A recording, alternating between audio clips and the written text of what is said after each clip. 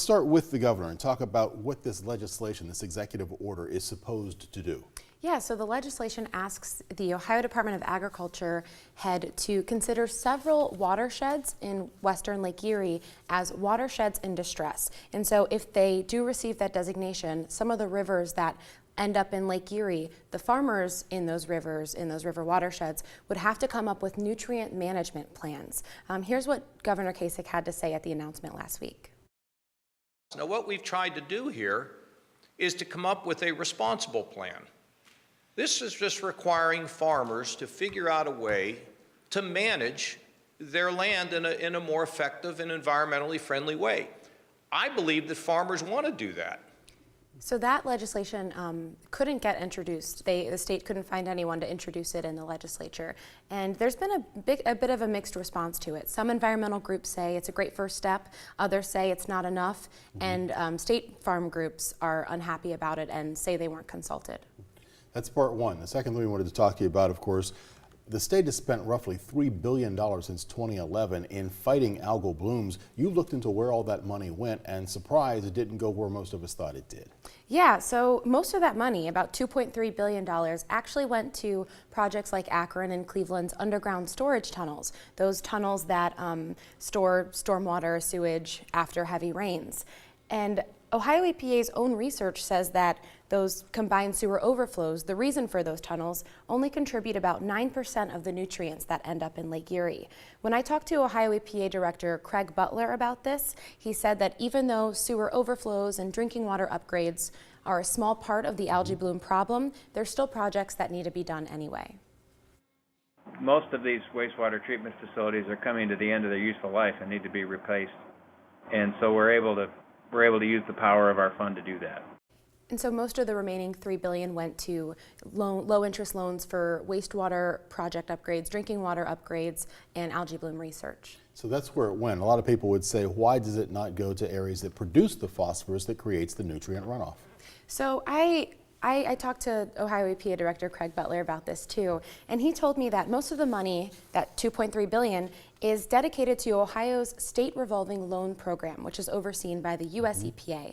And the U.S. EPA requires that that money only be given to water system for pipe replacement, drinking water upgrades, stuff like that. And so Director Butler says the Ohio EPA can only spend money where it's allowed to spend money. But those water systems are a really small part of what contributes to the algae blooms.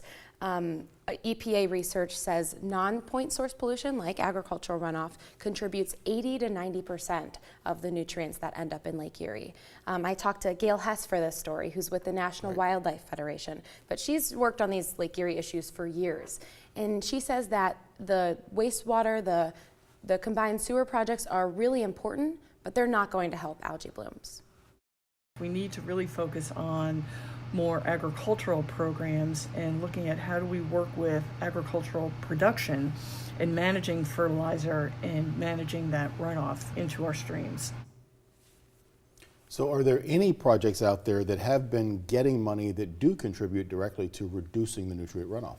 Yes, so there are some projects, and about $10.8 million of the $3 billion went to the Ohio Department of Agriculture and the Ohio Department of Natural Resources. So that money went to education projects to help farmers learn more about nutrient reduction, but it also went to money to help farmers directly install structures that will reduce these, or will hopefully reduce these nutrients, or strategies like cover crops or something like that.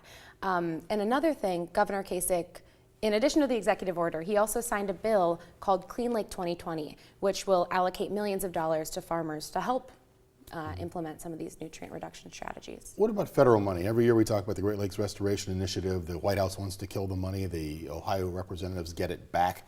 Does that help us? Yeah, so Ohio EPA told me that about federal funds on the Lake Erie watershed between 2011 and 2017 total about $430 million. So it's a big amount of money going to the Ohio EPA or the Ohio Department of Agriculture. And there are other financial opportunities for farmers, like the Farm Bill or the Great Lakes Restoration Initiative, which is some of that federal money. But Ohio EPA data says, despite that, there has been no clear decrease in the amount of nutrients entering Lake Erie. Okay. And finally, the summer's algae bloom forecast came out last week that you mentioned, but the bloom came earlier this year than a lot of people expected. Does that mean we should have a worse year than what we had before? Yeah, that was a big question yesterday because we even saw a little bit of a bloom in Cleveland a couple of weeks ago.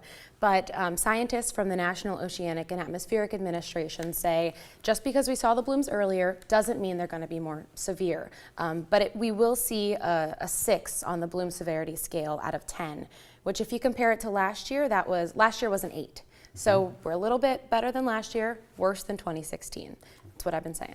Okay, that works. Elizabeth Miller, thank you so much for the update. Appreciate it. Thanks, Rick.